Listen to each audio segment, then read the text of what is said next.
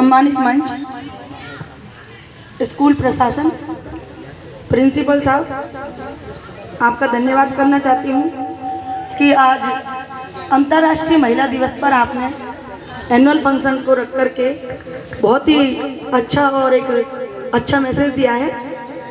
साथ ही साथ कहना चाहूँगी कि महिला दिवस जो मनाया जाता है, कहते हैं या देवी सर्वभूतेषु शक्ति धन विद्या रूपेण संस्थिता, नमस्तस्यै नमस्तस्यै नमस्तस्यै नमो नमः।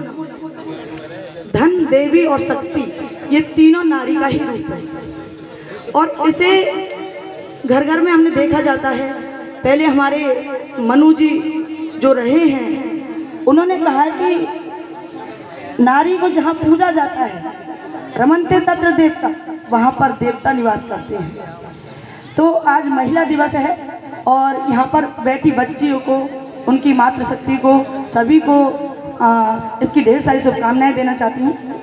आगे से आपको बताना चाहती हूँ कि ये बामनवास की जो धरा है, ये पूरे भारत में इसको इसलिए भी जाना जाता है, जहाँ तक है कि यहाँ पर प्रशासनिक सेवा में और राजनीतिक क्षेत्र में ऐसे ऐसे लोगों ने जन्म लिया है कि अपना परचम भारत में ही नहीं अपितु पूरे विश्व में लहराया है।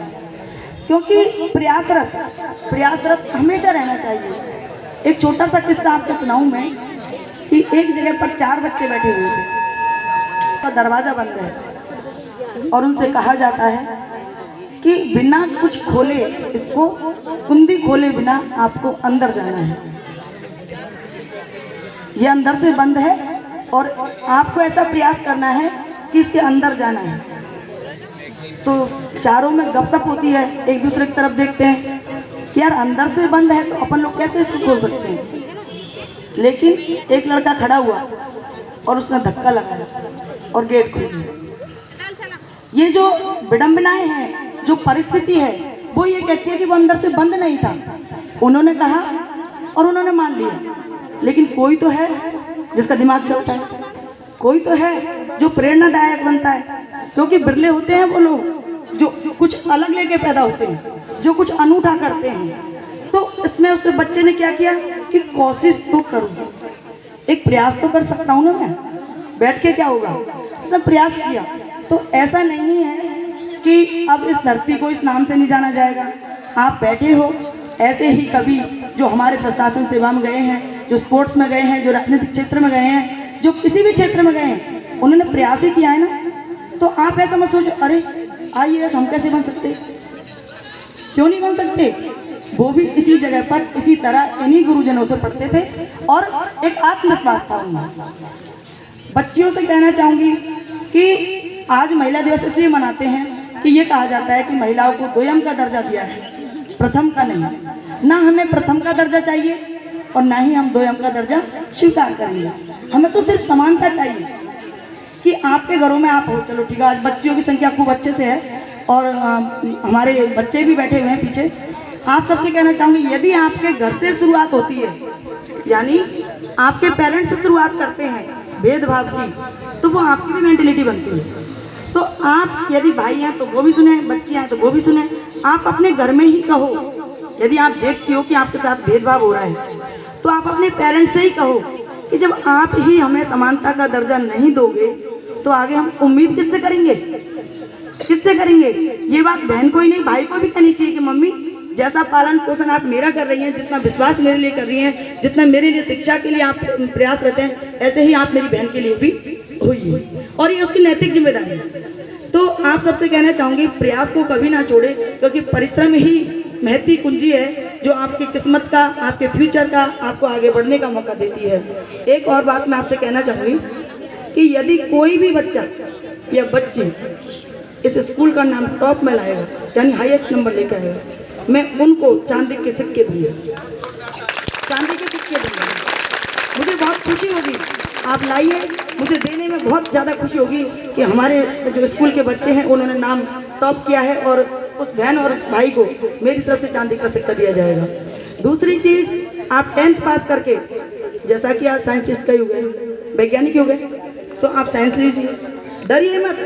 प्रयास तो करोगे, प्रयास करना तो जरूरी नहीं बेटा, प्रयास करोगे तभी तो आगे बढ़ोगे। तो साइंस लीजिए आप और प्रशासन सेवाओं में जाओ आप, ये मत डरो। और हाँ देखो, मेरे नंबर वैसे तो सहज ही मिल जाते हैं, नहीं भी हो तो नोट करवा दूँ भले ही। आप पर्सनल भी मेरे से मदद ले सकते हो, ऐसा नहीं कि हमें अभी उन्होंने कहा था देने वाला कोई और है और इसलिए हमारे नीचे नैन, तो वास्तव में हम नहीं देते। ये हमारे कर्म कुछ अच्छे रहे होंगे कि आज हम इस स्थिति में हैं। हम भी चाहते हैं आपकी भी ऐसी स्थिति हो कि आने वाले समय में आप भी किसी के लिए कुछ मदद करें। अब आपको वास्तव में किसी की मदद करनी है तो पहले योग्य बनना होगा, योग्य नहीं बनोगे तो कैसे काम चलेगा।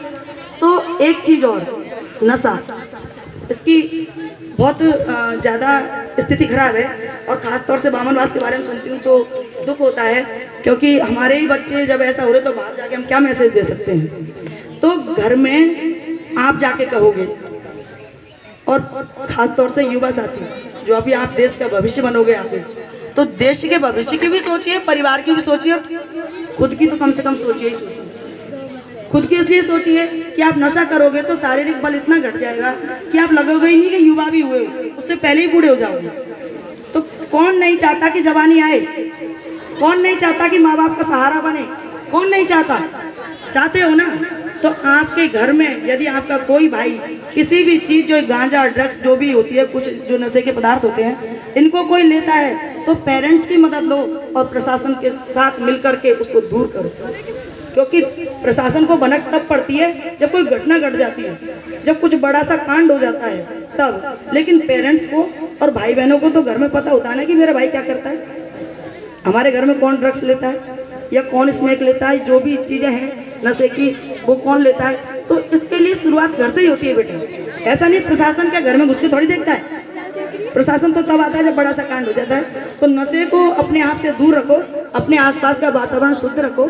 आपकी पढ़ने की उम्र है, अपना ही नहीं अपने परिवार, अपने समाज, अपने गांव, अपनी बस्ती, अपना क्षेत्र और अपने देश का नाम आप ही ऊंचा कर सकते हो, क्योंकि आप आने वाला भविष्य हो। यही सभी शुभकामनाओं के साथ कि आपका उज्जवल भविष्य बने, मैं इस विद्यालय प्रशासन और तमाम साथी उनका धन्यवाद देना चाहूँगी। मुझे बुलाया इसके लिए हार्दिक